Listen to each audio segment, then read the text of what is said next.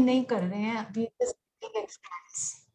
ओ So नहीं, we just take क्योंकि the जो extract. Extract okay So we work on the gun. Hmm So we take different extracts, and each extract has a different way to understand that gun. या That way. why I asked is in Murli also Baba has defined about Udartha, but you have selected the extract in which Baba is speaking with few people, not the whole group. So I had a doubt that it must have been revised before. इसलिए पूछा. No. पूरा नहीं. We are taking only extracts. नहीं इसी मूल्य का दीदी रचना दी, इसकी इसी मूल्य का तो अभी कल भी हुआ है ना, वो फर्स्ट छोटा सा. पैराग्राफ. हाँ जी. कल भी हुआ है इसी मूल्य से. हाँ वही मैं पूछ रही हूँ, इसी मुरली से दूसरा थोड़ा सा. एक्सट्रैक्ट लेके आपने किया है क्या? कल वही morning पूछ रही second page. कल भी किया First है. to second page. हाँ first and second second. Page. First and भी second. हुआ है, first से second page. आपको मिनी बहन आप तो स्नेहा दीदी को वो भेज दो कल वाला एक्सट्रैक्ट. अच्छा एक नहीं, भेज first and second page of the book ना, वो समझ में आ गया. हाँ वही है. 159 160 का ना. Yes. That is what I wanted to ask. Good. So कल हमें 3 पॉइंट पता चले. सबको आगे बढ़ाना, शुभ भावना, शुभ कामना, तो उसको कहेंगे उदारता. आज या सबको आगे बढ़ाना, सदा हर कार्य में फ्रैंक दिल एंड सेव. या फ्रैंक दिल है, मेरा सो तेरा. That is also an important point which Baba said. दातापन की भावना, वो या सो इसको महादानी मना फ्रैंक दिल या उदारता, ये बाबा ने कहा. राइट. और उसके लक्षण भी बताए. जो उदार होता है ये सारी चीजें करते, और जो नहीं होना चाहिए वो भी बताया बाबा ने. They don't have these things, but they'll do these things. That is what he was telling in the Murli. Good. तो सभी ने ये पढ़ा होगा. फिर भी मेन पॉइंट जो है, मैं उस पर सिर्फ मेन पॉइंट पर जोर देती हूँ. पूरा एक्सट्रैक्ट नहीं पढ़ूंगी. Because you'd have read it as you have sent in the group. तो एक तो बाबा बोलते सेवा करो और संतुष्टता लो. और संतुष्टता दो ही डिडंट से. सेवा करो, संतुष्टता लो, एक अलग एंगल हो गया ना. तो किस परिभाषा में बाबा पूछ रहे संतुष्टता लो, मना उस सेवा करने में भी हमें संतुष्टि होनी चाहिए. और जो रिटर्न में हम दुआएं लेते हैं वो भी जैसे कि संतुष्टि ही है ना, वापस आ रहा है ना जिस खुशी से हम करेंगे, क्योंकि सबकी दुआएं मिलती है. एंड उदारता से कैसे कनेक्ट कर रहे हैं बाबा सेवा की फील्ड से. हमने अष्ट शक्तियों में जो समाने की शक्ति होती है उसमें क्या दिखाते हैं, सबको याद होगा. अष्ट शक्ति की चित्र में समाना है तो क्या चित्र दिखाते हैं? the ocean. ओशन है ना. नहीं समाना माना ओशन दिखाते ना. समंदर है, उसमें सारी नदियां आके मिल रहे हैं समंदर में, वो दिखाते ना उसमें चित्र में. पुराने चित्रों में तो वही है, अभी भी कोट्स बुक में वही है शायद. तो वो चित्र दिखाते. तो बाबा उदारता को कैसे मिलनसार होना है, लोगों के साथ कैसे व्यवहार में आना है, तो उदारता व्यवहार में कैसे दिखता है उसकी परिभाषा इसमें एक्सप्लेन कर रहे हैं. तो आप उदारता को उस शक्ति से भी रिलेट कर सकते हैं. तो बाबा क्या बोल रहे हैं, जिससे भी संपर्क में आए उनकी दुआएं लेते जाए. सेवा करने के फील्ड में तो हम रहेंगे, सेवा कहो या कोई भी चीज लौकिक कार्य कहो, सभी सेवा ही है. लेकिन जो भी हम कामकाज करते तो संबंध संपर्क में तो आते ही है. तो बाबा क्या कह रहे हैं, जिससे भी संपर्क में आए उनकी दुआएं लेते चलो। जब सबकी दुआएं लेंगे तब आधा कल्प आपके चित्र दुआएं देते रहेंगे। लेकिन उससे आधा कल्प वो देंगे या नहीं देंगे, उससे ज्यादा इम्पोर्टेंट है जो लक्ष्य बाबा हमें दे रहे हैं कि संबंध संपर्क में आते हुए हमारा लक्ष्य होना चाहिए कि हमारी सेवा से सबकी दुआएं हमें मिले। ये लक्ष्य हमें दे रहे। तो अभी सर्व की दुआएं जमा करते हो, तब चित्रों द्वारा देते रहते हो। तो then he is coming to सेवा किस किस रूप से करते हैं हम, कि फंक्शन करो, रैली करो, कुछ भी करो, लेकिन दुआओं वाली सेवा करो। तो सेवा तो करना ही है, सेवा कर भी रहे हैं हम, लेकिन उसमें एडिशन बाबा क्या कह रहे हैं कि दुआ लेने वाले सेवा करो, वैसी भाव से सेवा करो। तो दुआएं लेने का साधन बाबा बता रहे, हाजी का पाठ पक्का करो, कभी भी किसी को ना न करके हिम्मतहीन नहीं बनाओ। और फिर उसकी परिभाषा जो बाबा ने एक्सप्लेन किया है, बिल्कुल ही अलग एंगल एक्सप्लेन किया है। अभी किसी से दुआ लेना है तो कोई काम है, कोई सहयोग चाहिए, तो हम हाजी का पाठ बजा के उस भाव से करते हैं तो उनकी दुआएं मिल जाती है। तो लेकिन बाबा क्या बोल रहे, कभी भी किसी को ना करके हिम्मतहीन नहीं बनाओ। उसका उदाहरण क्या बोल रहे बाबा, मानो अगर कोई रॉन्ग भी हो तो उसको सीधा रॉन्ग नहीं कहो। कोई आपके पास सहयोग के लिए आते हैं या कोई आपके पास कोई सुझाव लेके आते हैं या फिर कुछ उनका प्लान्स लेके आते हैं, कुछ भी ऐसे, तो हाँ जी का पार्ट पक्का करना मना। वो एंगल क्या है, बाबा जो एंगल बता रहे हैं, एकदम से सीधे किसी को ना नहीं कहना। आपकी जो प्लान है या आपकी जो जो भी विचार है या आप जो कर रहे हो, जिस तरीके से कर रहे हो वो रॉन्ग है, एकदम से ना नहीं कहना। तो जब हम एकदम से किसी को रिजेक्ट कर देते हैं तो उनका हिम्मत कम हो जाता है। उस एंगल से बाबा कह रहे हैं, हाँ जी का पाठ पक्का करो, कभी भी किसी को ना करके हिम्मतहीन नहीं बनाओ। तो अगर कोई रॉन्ग भी होता है ना, तो कभी कभी ये विचार आता है ना, कोई रॉन्ग है तो उसको हम कैसे नजरअंदाज करें या फिर कुछ भी ना करके कैसे चुप रहे, उसको कैसे हम हाँ में लाए, ऐसे रहता है ना। तो फिर बाबा उसका एक सरल तरीका बता रहे हैं, कि कोई रॉन्ग भी कर रहा है तो सीधा रॉन्ग नहीं कहो, पहले उसे दिलासा दो, हिम्मत दिलाओ। क्योंकि कोई भी व्यक्ति ये मानने के लिए तैयार नहीं होता है कि हमारी सोच एक गलत ट्रैक में जा रहा है या फिर हम जिस तरीके से कर रहे हैं वो गलत भी हो सकता है, क्योंकि हर एक अपनी समझ को यूज करके कुछ ना कुछ करते हैं। तो उस विश्वास से वो करते हैं, तो एकदम से हम अगर किसी को बोलेंगे ये ठीक नहीं है, तो फिर वो जैसे कि वी आर चैलेंजिंग देम, है ना। तो बाबा इसको एक्सप्लेन करते करते, बाबा जो एक्सप्लेन एंगल कर रहे हैं उसको आप उस शक्ति से रिलेट करो। उस शक्ति में सागर है, सागर एक खारा पानी है ना। नदी जो है वो मीठी पानी है, लेकिन उस मीठी पानी में पोल्यूटेंट्स भी मिक्सचर हो गए हैं, सारे मिक्सचर हो गए, है ना।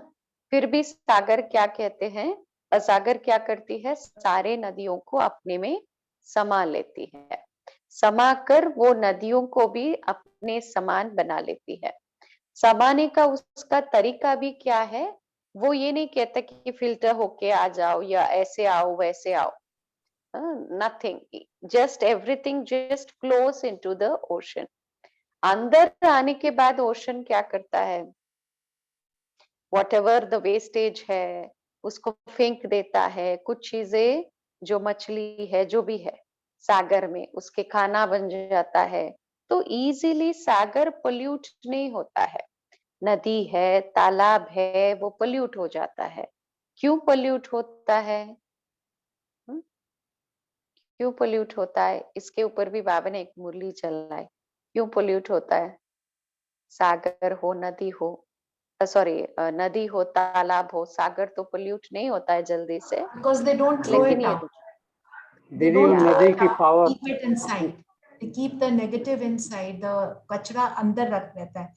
सागर अपनी हाँ, लहरों से बैंक में it throws it out through फेंक it. देता है। उसमें या समाने नदी की की और शक्ति पावर, नहीं है। दीदी नदी की पावर लिमिटेड होती है, उसका जो रिसोर्सेस है जो मेन, हाँ, वो बहुत कम होता है। और सागर तो बहुत बड़ा है, अगर उसमें जाता भी है तो उसमें पता भी नहीं लगेगा। क्योंकि पता भी नहीं चलता। नदी तो ज्यादा पानी को समा नहीं सकती ना, बाहर आ जाएगा, तो उसमें समाने की वो नहीं है, क्षमता ही नहीं है। तो और बाबा नदी ने की उस सीमा मुरली, है, नदी के हाँ, साइड में सीमा है, बैंक्स दो हैं, सीमा है। हाँ, सागर की सीमा नहीं, लिमिट नहीं। सीमाएं नहीं, राइट। तो सबसे इम्पोर्टेंट चीज है, नदी हद है, सीमा है उसकी, लिमिटेड है कैपेसिटी उसकी, लेकिन सागर अनंत है ना, उसकी कोई लिमिटेशंस नहीं। जैसे बाबा बोलते फ्रैंक दिल, विशाल बुद्धि, मना उसमें कोई हदें ना हो, है ना।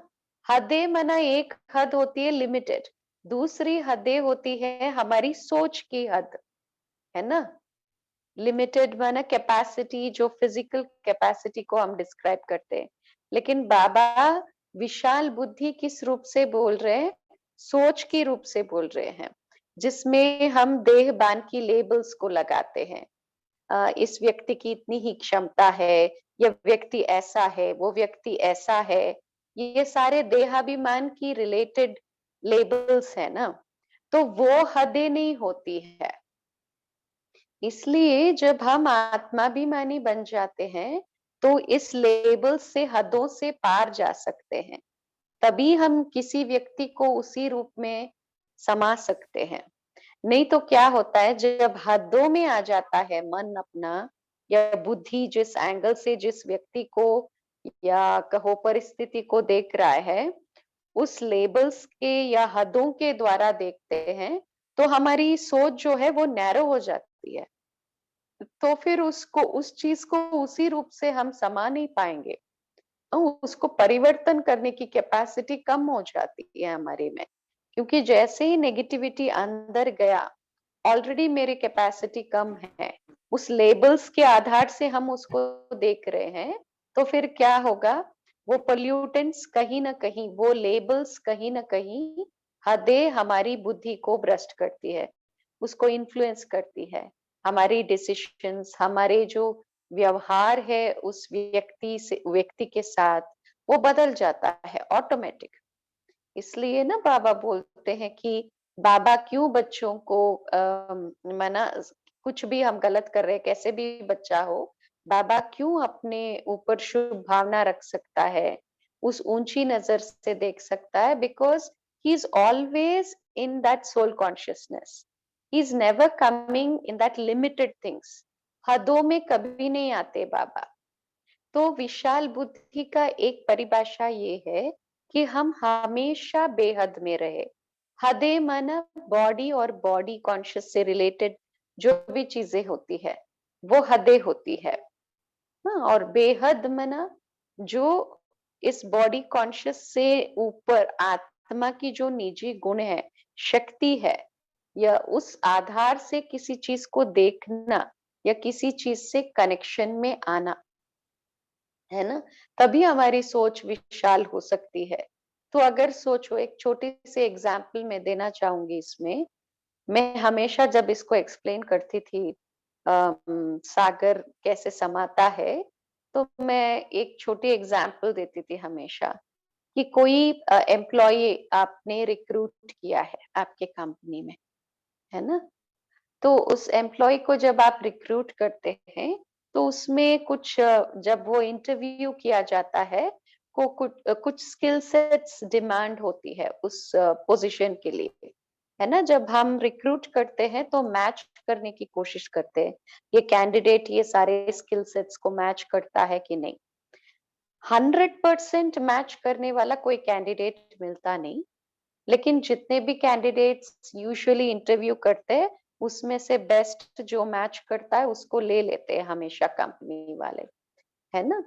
तो लेने के बाद वो एम्प्लॉय फर्स्ट डे आपके अंडर काम करने के लिए आते हैं, आप सोचो, और आपने एक काम उसको दिया और वो काम इतना उसको अच्छा सा आता नहीं है, कभी किया नहीं या फिर एक बार किया होगा, आता नहीं है, तो he'll do by whatever limited knowledge he has.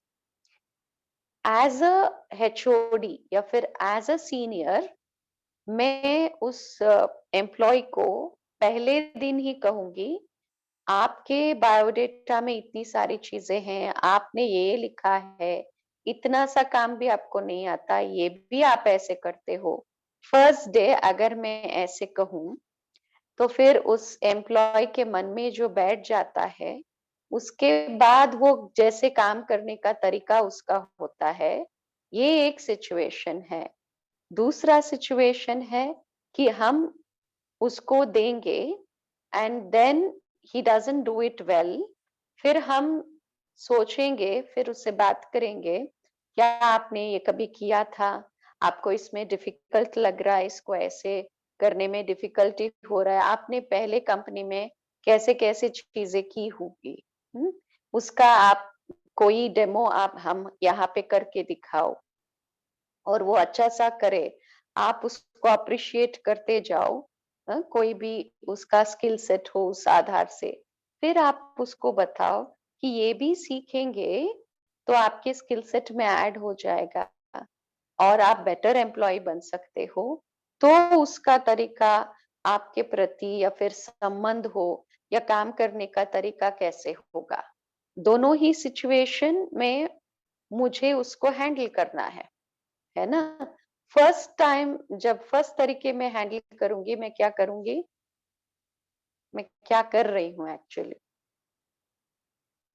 उसको डाउन कर रहे हैं, उसका उमंग उत्साह खत्म हो रहा है। हाँ, लेकिन खत्म मैं क्यों कर रही हूँ, why what was my approach towards that person? Ego की वजह से दीदी, देह अभिमान है ना उसको कि अपनी पोजीशन का, कि इसको तो कुछ आता ही नहीं है, मेरे को देखो मैं किस उस पे हूँ, ये भी चीज है। कभी कभी हमारा एक पैरामीटर बना लिया है ना कि इस पैरामीटर के हिसाब से इसे काम करना चाहिए और उस पे वो खरा नहीं उतरता तो वो उसको फिर थोड़ा डिमोटिवेट। कभी कभी हमारा इंटेंशन तो प्योर होता है कि वो करे, पर हम शब्द ऐसे बोल देते हैं कि वो उसको नीचे कम करते हैं, लेकिन हमारा इंटेंशन अंदर से प्योर होता है कि उसके अंदर उमंग उत्साह बढ़े, लेकिन हम उसको उल्टा डाउन कर देते हैं ऐसे शब्द कहकर। तो कभी मेथड रॉन्ग होता है। एक और एग्जाम्पल हम देते हैं, सोचो आपके घर में एक नया सदस्य आया, सोचो आपके घर में कोई बहू आए हैं, है ना, जनरली कह रही हूँ, है ना। तो जैसे वो आते हैं, है ना, तो you have a set of rules at your place कि ये इस घर की रूल्स है, मर्यादाएं हैं, इस घर की रूटीन ये चीज है, ये करना है, ये नहीं करना है, वो सारी आपके रूल्स है। सो द एक्सपेक्टेशन इज पहले दिन से ही वो उसमें जो भी नया व्यक्ति आता है उसमें डल जाए, है ना, पहले दिन से ही उनको सेट दिया जाता है। In so many ways we keep giving, है ना, सटल वे में भी, वर्ड्स में भी हम उसको देते रहते हैं इशारा, this is the thing and you should match it, you should match it. ये नहीं सोचते कि उसकी क्या स्किल सेट है, उसकी क्या सोच है, वी आर नॉट बॉदर्ड। कोई नया इस एनवायरमेंट में एंटर करता है तो उसको ये मैच करना है, दैट इज द रिक्वायरमेंट, है ना। तो पहले ही अगर हम ये करें तो हम क्या कर रहे हैं किसी व्यक्ति को, चाहे घर में हो चाहे ऑफिस में हो, when we have a kind of attitude towards a person, what are we doing? कभी कभी हमको ऐसा लगता है, मतलब जैसे बाबा कहते हैं ना कि बालक सो मालिक, मालिक सो बालक, ऐसे हमें वो करना चाहिए कि कभी हम उसकी भी राय ले, कभी बालक बन के वो ले और कभी उसको मालिक बन के, दोनों मुझे सिचुएशन में रहना है उस टाइम। हाँ, अगर मेरे साथ डॉटर इन लॉ के साथ ऐसा हुआ आई नहीं, तो मतलब मैं दोनों सिचुएशन में रहूंगी, कभी बालक बन के उसकी सुनूंगी और कभी मालिक बन के उसको राय भी दे सकती हूँ, बैलेंस हाँ। करके चले। सी फर्स्ट एंड फॉरमोस्ट जो बाबा हमें सिखाता है आत्मा हुआ, और जो भी व्यक्ति आपके सामने आता है, संपर्क में आता है, चाहे किसी भी संबंध में आता हो, लेकिन वो भी आत्मा ही है। चाहे बहू है, बेटा है, बच्चे हैं, बूढ़े हैं, या आपके एम्प्लॉय है, बॉस है, everybody is a soul just like me, है ना? तो जब हम एक एंगल से हम देखते हैं कि मैं बॉस हूँ, ये एम्प्लॉय है, मैं लर्नर्ड हूँ, ये इतना इसका एक्सपीरियंस नहीं है, again we are bringing the limited view of things. तो जब हम लिमिटेड चीजों को लाते हैं, तब वहां पे टकराव होता है, एक्सेप्टेंस इजी नहीं होता है ना? आत्मा है, एक और आत्मा है, उस रिस्पेक्ट से जब हम देखते हैं, तो हमारा भाव जो है ना वो ठीक से कम्युनिकेट होता है। See the moment we say you are something, उसका मतलब है we have an opinion on that person, we label that person, we challenge their identity and existence, है ना? कि हमने सोचा आप ये हो, लेकिन आप ये भी नहीं कर सकते हो, आपको इतना भी नहीं आता है।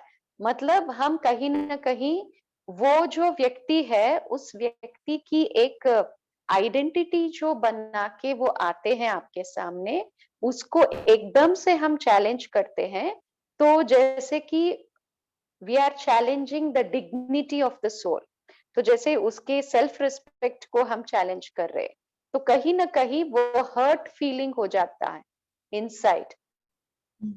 तो पहले दिन से ही वो बैरियर बना लेते हैं, है ना? कि this is the person who labels me, who has an opinion on me, who challenges me. तो एक एक ब्रिज के बजाय क्या हो जाता है, एक ऑब्स्टिकल, एक वॉल बन जाता है। Then no matter how much we try, it becomes very difficult to make that person comfortable with me, कि वो सहयोग दे, हम सहयोग ले, या मुश्किल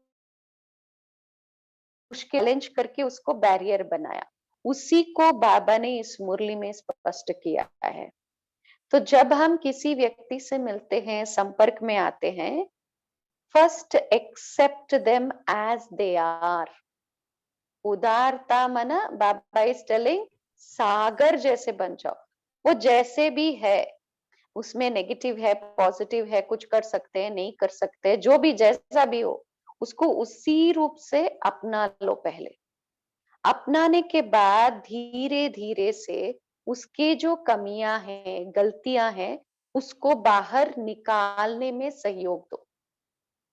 जैसे सागर फेंक रहा है ना चीजें, जो इसमें चला जाता है, वो लहरों में आते आते फिर वापस बीच में आ जाता है ना, ऐसे क्या करे कि हमारे अंदर भी नहीं लेना है। Acceptance is what, I respect that person as they are. If I have an opinion, मुझे सच में उस व्यक्ति के प्रति रिस्पेक्ट नहीं है। तो एक्सेप्टेंस जब हम कर लेते हैं तो क्या होता है, जैसे सागर में नदी समा जाता है और नदी भी खारा पानी बन जाता है, उस जैसा ही बन जाता है। तो जब हम किसी को उसी रूप में, आत्मिक रूप में एक्सेप्ट कर लेते, जैसे बाबा एक्सेप्ट कर रहे हम बच्चों को हमारे कमियों के साथ, बच्चे जो है जैसे है, आप मेरे हो। So when God is accepting us like that, हर एक आत्मा को पहले बाबा बोल रहे एक्सेप्ट कर लो, फिर धीरे से उसके जो भी गलतियां है वो बताओ, तो वो मानेंगे, आपके साथ कोऑपरेट क्यों करेंगे? क्योंकि जब आप चैलेंज नहीं करोगे, किसी व्यक्ति को रेस्पेक्ट दोगे, तो वो व्यक्ति जैसा है वैसे ही आपके सामने आएंगे। अगर आपने चैलेंज कर लिया किसी को, तो वो मास्क पहनने का शुरू कर देंगे। If you say to a new person who is come into your home कि ये यहाँ पे ऐसे होना चाहिए, ऐसे होना चाहिए, ये नहीं करो, वो नहीं करो। तो अगर उनको पसंद है या नहीं भी पसंद है, वो कोशिश करेंगे मजबूरी में वैसे रहने के लिए, करने के लिए। तो बिकॉज ऑफ दैट मजबूरी या वो स्ट्रेस और भी गलत चीजें करने लगेंगे। वो ऐसे है नहीं, क्योंकि आपको ऐसा पसंद है तो वो मास्क पहन के आपके सामने आएंगे। तो उससे क्या होता है कि इंसान ये कैसा है उसको पहचानने में हमें मुश्किल हो जाता है ना। उसको उसी रूप से एक्सेप्ट करेंगे ना, they will open up with you, then you are able to see कि इसमें क्या कमी है, क्या वीकनेस है, क्या पॉजिटिव है। तो उसको आप पॉजिटिविटी ही यूज करके बाकी चीजें आप उससे धीरे धीरे निकलवा सकते हैं। And this is the technique God is teaching us. ऐसे ही होता है ना, हम किसी व्यक्ति को पहले से ही बता देते ये चाहिए वो चाहिए, थोड़ा सा ठहराव, फिर साक्षी होके देखे, फिर रिस्पेक्टफुली उस भाव से कनेक्शन में आए, संबंध में आए, फिर देखे संबंध कैसे अच्छा हो जाता है। हाँ, यही गलती करते हैं ना हम, चाहे ऑफिस में है, Didi, घर you में है। explained very beautifully about this point, but I have लेकिन one आपने question, आपने Didi. Even if we हाँ, don't tell it outside now, it goes in my mind. Like mind keeps telling. Even if we stop talking, no, directly to them, mind keeps telling. So how do you stop that?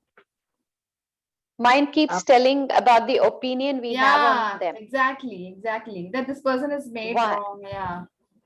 Yeah. बहुत Why it is आपने telling? Because I see forming an opinion is not just about telling out.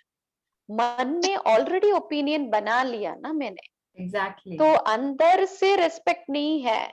भले मैं बाहर से नहीं कह रही हूँ, because maybe I am controlling myself, I have made myself like a habit कि नहीं, आपको ऐसे गंभीरता से रहना है, ऐसे नहीं बात करनी है, वैसे नहीं बात करनी है, बाबा ने कहा है।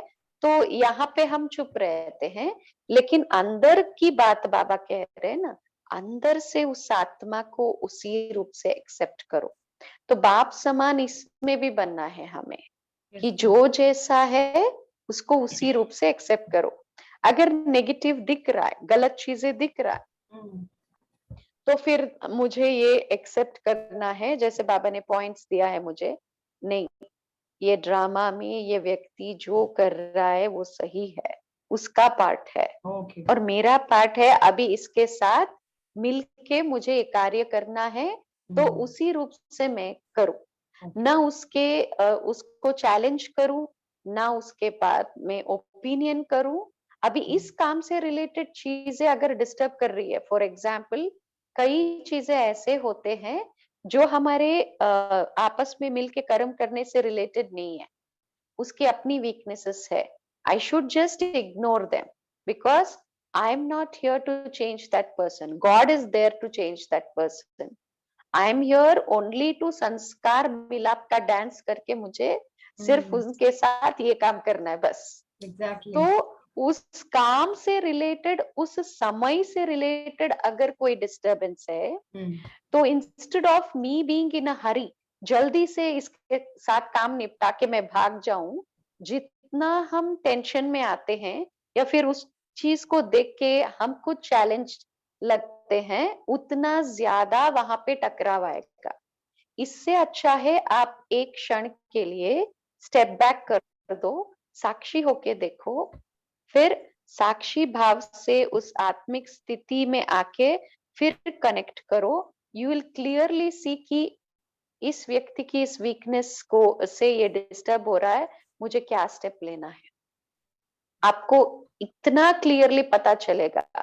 तो ऐसे डिस्टरबेंस जब आते तभी आपका ध्यान जाना चाहिए, only to solve the problem, not about solving that person's weakness, only related to what the problem is being created. तो उसके लिए आपको साक्षी भाव होना पड़ेगा। थोड़ा सा स्टेप बैक करके, थोड़ा पॉज देके, डिटैच होके उसको ऑब्जर्व करे कि वो किसी व्यक्ति का जल्दी से सेंसिटिव हो जाते हैं, किसी व्यक्ति जानबूझ के पोस्टपोन करते रहते हैं, जल्दी से सहयोग नहीं देते। कोई कोई व्यक्ति क्या है, टाइम मैनेजमेंट नहीं है, इस टाइम पे सेवा खत्म करना है, वो कभी आते कभी करते हैं। तो हमें टेंशन हो जाती है, फिर उसका टकराव होता है। तो साक्षी होके देखना है कि इनकी वीकनेस क्या है और इस सेवा में कैसे ये कर रहे हैं। अगर एक बार का है तो इट्स ओके, लेकिन बार बार मुझे उसी व्यक्ति के साथ सेवा करना है, तो फिर मुझे देखना है इसकी पैटर्न क्या है। उस पैटर्न के अनुकूल मुझे अपनी स्ट्रेटजी बनानी है, क्योंकि बाबा ने इस मुरली में किसको बोला है? प्लान करने वालों को बोला है। वो प्लान्स भी सफल कब होंगे? जब आप उदार चित्त होंगे। कभी कभी उनके प्लान अच्छे भी नहीं होते हैं, हमारे प्लान अच्छे होते हैं, लेकिन जब हम दो लोग या एक ग्रुप साथ में मिलके कर रहे हैं तो हमें झुकना पड़ता है। मैंने शायद आपसे ये एग्जाम्पल शेयर किया या कभी किसी ने क्लास में सुनाया, तो फिर आपने सुना होगा एक बार जब बहुत बड़ा प्रोग्राम माना यज्ञ में हर जगह पे ग्लोबल कॉपरेशन का या जस्ट कोई अ और मोमेंट दीदी, प्रोग्राम। जस्ट अ मोमेंट हाँ दीदी, ये जो मीटिंग है ये अभी 3 मिनट में एंड हो जाएगी, just rejoin, okay please okay rejoin, done. it's a 45-minute thing and then हाँ please हाँ rejoin, that's all I wanted to say, सभी के लिए ओके। please जी, sorry दीदी, तो continue। उसमें दादी ने सबसे मिली, जो जो निमित्त था उस सेवा के रूपरेखा बनाने के लिए, सब चीज बनाने के लिए। एंड सबकी अपनी अपनी राय होती है ना, प्लानिंग सब चल रहा था। तो दादी सबसे मिलके योग के बाद एक ही चीज सबको बताया, जयंती बेन ने शेयर किया था कि प्लान फर्स्ट क्लास हो, प्लान कैसे भी हो, लेकिन एक चीज का हमेशा ध्यान रखना, कोई भी सेवा में ये संगठन का जो एकमत है वो नहीं टूटना चाहिए। चाहे प्लान बढ़िया बने या ना बने, लेकिन ये नहीं टूटना चाहिए। उसके लिए क्या करो, सबका राय लो, सबको उसमें जो भी प्लान बनाते हो सब उसमें राजी हो, सबकी इन्वॉल्वमेंट हो, तभी सेवा सफल होगी। बेस्ट प्लान सफल नहीं होगी, ये एकमत की चीज सफल होगी। ये हमेशा आपको याद रखना है, ये दादी ने उनको कहा था, तो ये जयंती बहन ने शेयर किया था। तो जब भी हम कोई भी सेवा करते तभी टकराव इसलिए आते, कहीं ना कहीं ये झुकना, या फिर जैसे इसमें है ना, मेरा सारा तेरा, ये करना इतना आसान नहीं होता है। या फिर आप जो भी करते हो वो हमारा ही है, बाबा का ही है, जो भी करे चले, सब ठीक है। ऐसे भाव जब आ जाता है, फ्रैंक दिल बन जाते हैं कि दूसरों के राय को भी हम समझ सकते हैं, उसको भी रिस्पेक्ट दे सकते हैं, तो इजी हो जाता है कार्य। नहीं तो ये बाधा बन जाता है, हमारे ईगो कहे या दे अभिमान कह सकते हैं। ओपिनियन भी इज ऑल्सो कमिंग फ्रॉम दे अभिमान ना, because we see ourselves as somebody who is capable and somebody who is not capable. But when we see everything as Baba's seva and everybody is contributing their bit into it, तो एक बेहद का एक विशाल उसको देखने की रेखा बदल जाती है कि हाँ, ये जो छोटा सा कार्य है, इनका सहयोग भी बहुत जरूरी था इस कार्य में, वो भाव आ जाता है। उस रिस्पेक्ट से हम देखते हैं। तो इसमें क्लियर है, वही चीज बाबा ने इसमें एक्सप्लेन किया है। या दीदी, थैंक यू सो मच। आपने मेरा आंसर दिया। मैं आपसे क्वेश्चन करने वाले, आपने पहले बोला समाने वाली बात,